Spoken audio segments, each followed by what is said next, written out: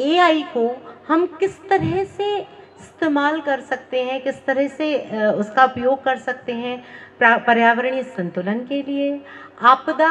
जो आने वाली है उसके पूर्वानुमान लगाने के लिए और बेहतर पर्यावरण संरक्षण के लिए। नहीं, निश्चित रूप से मैं एआई का समर्थक हूँ, लेकिन जैसा मुझे लगता है, जो समझ होनी चाहिए कि एआई आपको आंकड़े परोस सकता है, आपको एक रोड मैप भी बना सकता है,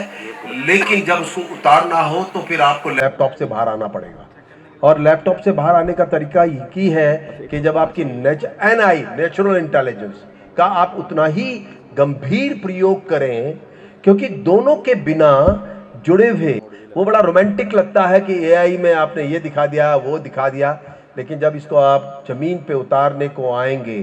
तो और दूसरे दर्जे के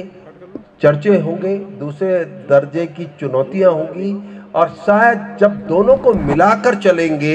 तो कम से कम एआई का उतना बड़ा महत्व तो बढ़ जाएगा। क्योंकि मैं आज भी मानता हूं कि दुनिया अब बिना एआई के रह नहीं सकती, लेकिन अब जो महत्वपूर्ण बात है कि इसे अगर जमीन पे उतारना है तो फिर आपको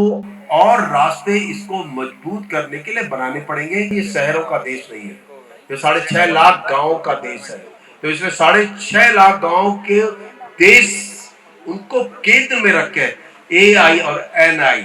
इन दोनों को जोड़ के अगर हम सोचेंगे तो एक तरफ जो नई सोच है और दूसरी तरफ जो जमीनी है,